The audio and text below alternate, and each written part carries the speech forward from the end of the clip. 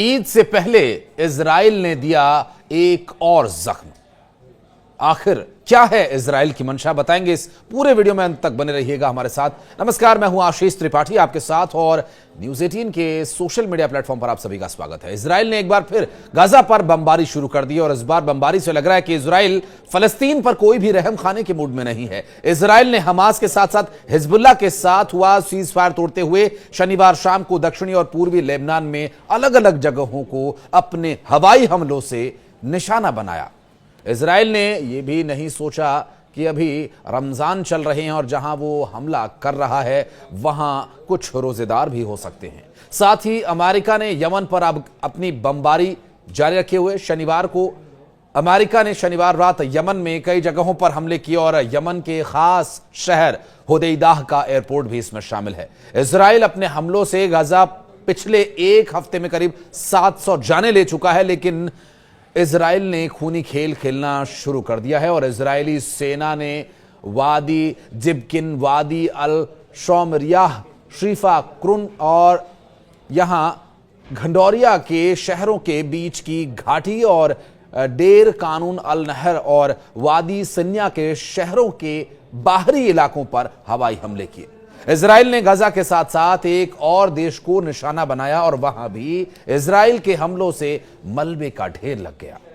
America ने भी एक मुस्लिम देश को तबाह करने की ठान ली। इजरायली सेना ने गाजा पट्टी के दक्षिणी हिस्से खान यूनिस में नासिर मेडिकल कॉम्प्लेक्स पर हवाई हमले किए। इजराइल के इस हमले में हमास के पोलित ब्यूरो के सदस्य इस्माइल बरहूम और कम से कम 4 और अन्य फलस्तीनियों की मौत हो गई। यह जानकारी फलस्तीनी चिकित्सा सूत्रों के प्रत्यक्षदर्शियों ने दी है।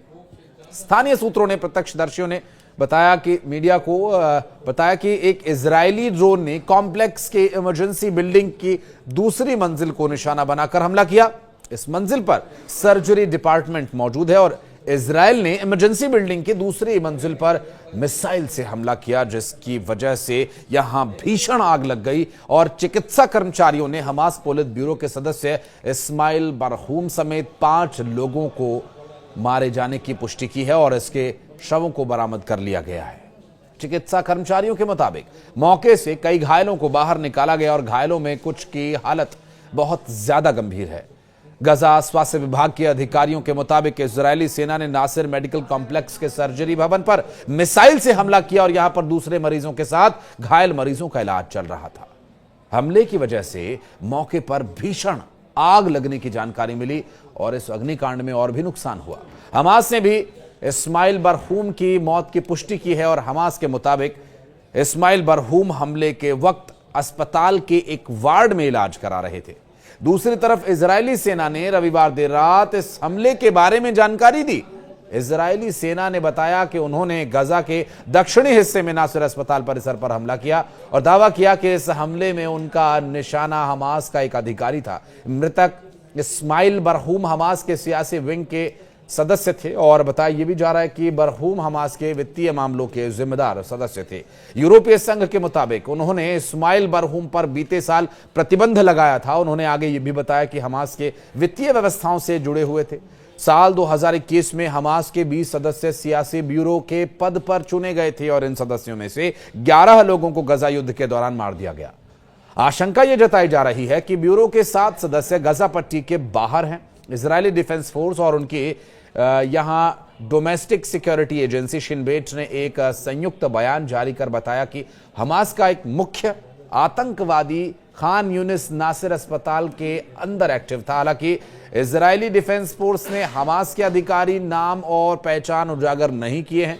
आईडीएफ की तरफ से बताया यह गया कि खुफिया जानकारी इकट्ठा करने के बाद सटीक निशाना लगाने वाले हथियारों से हमला किया गया, जिससे आसपास के माहौल को होने वाले नुकसान को रोकने की हर संभव कोशिश की जाए। हालिया दिनों में इजराइल ने युद्ध विराम का उल्लंघन करते हुए दक्षिणी गाजा में अपना अभियान तेज कर दिया था और इससे पहले आईडीएफ ने रविवार को ऐलान किया था कि उन्होंने एक पूरे जिले को घेर लिया है और वहां से लोगों को फौरन निकालने के आदेश दिए गए हैं। इजराइल ने दावा किया कि हमास के जरिए संघर्ष विराम के पहले शर्तों को मानने से ही इनकार कर दिया गया, जिसके बाद यह हमला किया गया। गाजा के स्वास्थ्य अधिकारियों ने बताया कि 7 अक्टूबर 2023 से जारी इस संघर्ष में मरने वालों की संख्या 50,000 से भी अधिक हो गई है।